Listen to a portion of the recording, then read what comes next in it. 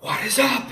Thanks for tuning in, everybody. I want to talk about an important subject today, the role of technology in our lives. I love technology. Technology has changed my life. It's allowed me to make money in the internet since I was little. I'm very, very grateful for that. And I'm grateful for what technology is doing in response to COVID and our quarantine and our public health problem. You've got apps in South Korea that can sort of detect if you're positive or negative on a test. Got mass surveillance programs that are going to ensure people are social distancing, where they're going, who they're interacting with, tracking all these really crazy coordinates. But that's kind of the problem too. I'm not really a conspiracy theorist because conspiracy theorists, they forget that conspiracies, if they're not true or there's a conspiracy around something, you don't have to look very far for most conspiracies. You know, there's always some element of truth to government's involvement or this or that. So where I'm getting at with this is I don't really think this is a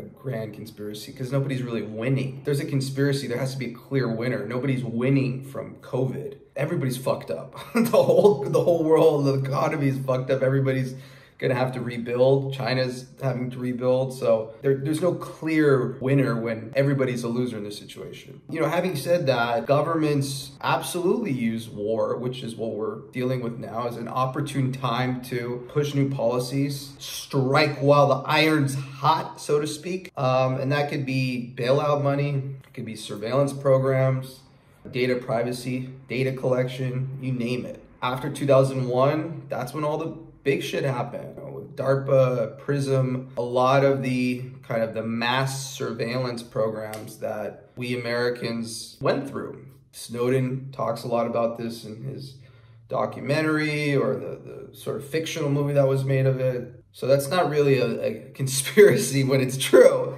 And it's on the internet, and just Google it. So my point is, what role is technology going to play in our lives when this is done, when we've recovered? Are we going to be in a mass surveillance program? 100%. But do we want to be? I don't know.